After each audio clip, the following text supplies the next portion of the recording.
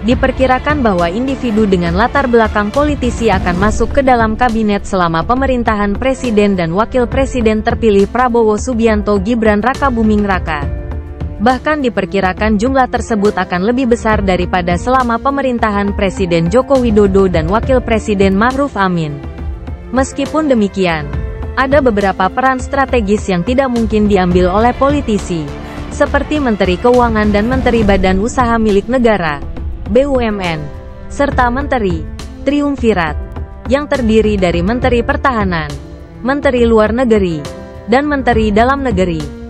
Diperkirakan bahwa anggota partai politik, parpol, akan membanjiri kabinet di era pemerintahan Prabowo Gibran yang akan datang.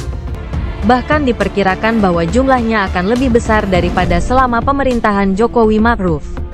Dalam program Niluh di Kompas TV pada Rabu, tanggal 1 Mei tahun 2024, Hanta mengatakan, "Dugaan saya jumlah menteri dari partai politik kabinet Prabowo Gibran lebih banyak dari Joko Widodo.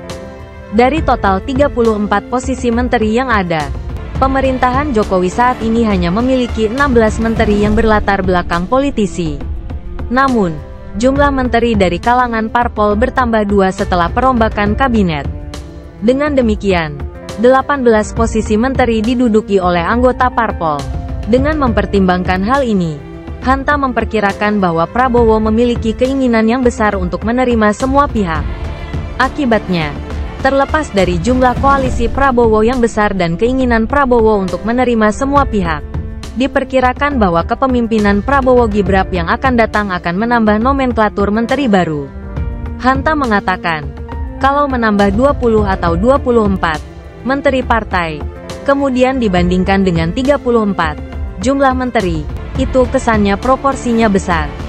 Ada kemungkinan bahwa jumlah nomenklatur menterinya akan ditambahkan. Dia mengatakan bahwa itu bisa menjadi 34, atau bahkan 40. Ada alasan strategis. Ingatlah bahwa ketiga menteri ini memiliki kemampuan untuk menggantikan presiden dan wakil presiden jika mereka tidak dapat melakukan tugas mereka selama masa jabatannya. Mendagri, Menhan, dan Menlu adalah bagian dari triumvirat. Oleh karena itu, mereka bertiga dapat memimpin jika presiden tidak dapat bertindak. Hanta berkata, dan saya kira ini akan strategis, bukan karena orang partai memberikannya.